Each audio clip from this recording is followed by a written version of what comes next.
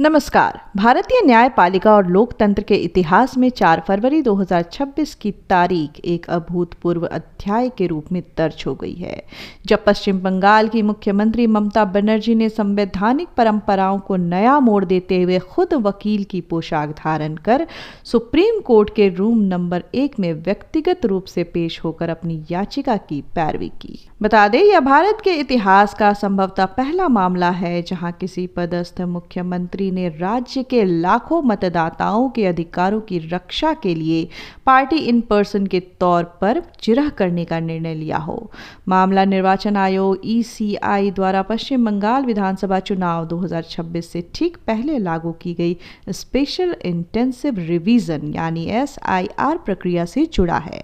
जिसे ममता बनर्जी ने लोकतंत्र की हत्या और गरीबों को मताधिकार से वंचित रखने की साजिश करार दिया है।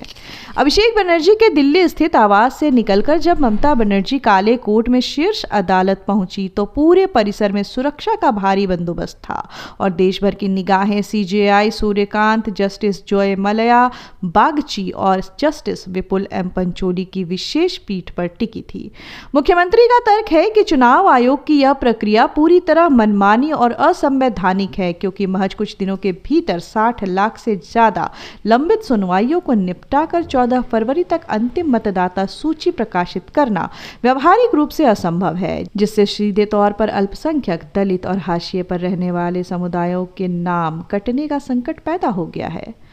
बता दें, ममता बनर्जी ने कोर्ट में आयोग के डेटा पर गंभीर सवाल उठाते हुए कहा कि ECI और राज्य चुनाव आयोग के आंकड़ों में लाखों की विसंगति है, जो यह दर्शाता है कि डेटा में बड़ी धांधली की गई है। उनकी मुख्य मांग यह है कि 24 जून और 27 अक्टूबर 2025 के उन विवादास्पद निर्देशों को तुरंत रद्द किया जाए, जिसके तहत आधार और राशन कार्ड जैसे दस्तावेजों की आड़ में लॉजिकल डिस्क्रिपेंसी के नाम पर वोट काटे जा रहे हैं।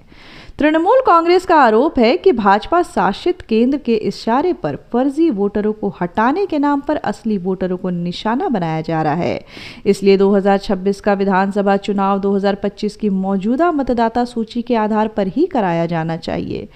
कोर्ट में ममता बनर्जी के साथ अभिषेक मनु सिंघवी और श्याम दीवान जैसे दिग्गज वकील भी मौजूद थे, लेकिन मुख्यमंत्री ने खुद दलीलें पेश करने की अनुमति मांगकर इस कानूनी लड़ाई को एक बड़े राजनीतिक और संवैधानिक आंदोलन में बदल दिया है। जैसे जैसे सुनवाई आगे बढ़ रही है, यह स्पष्ट हो गया है कि यह मामला अब केवल वोटर लिस्ट का नहीं, बल्कि चुनाव आयोग की निष्पक्षता और एक नागरिक के वोट देने के मौलिक अधिकार के बीच के संघर्ष का प्रतीक बन चुका है, जिसका फैसला न केवल बंगाल की सत्ता का भविष्य तय करेगा, बल्कि भविष्य के चुनावों के लिए एक नजीर भी पेश करेगा। नए अपडेट्स के लिए बने रहे लाइव लगातार के साथ। धन्यवाद। लाइव लगातार के वीडियो को लाइक करें, सब्सक्राइब करें और बेल आइकॉन को दबाना न भूलें।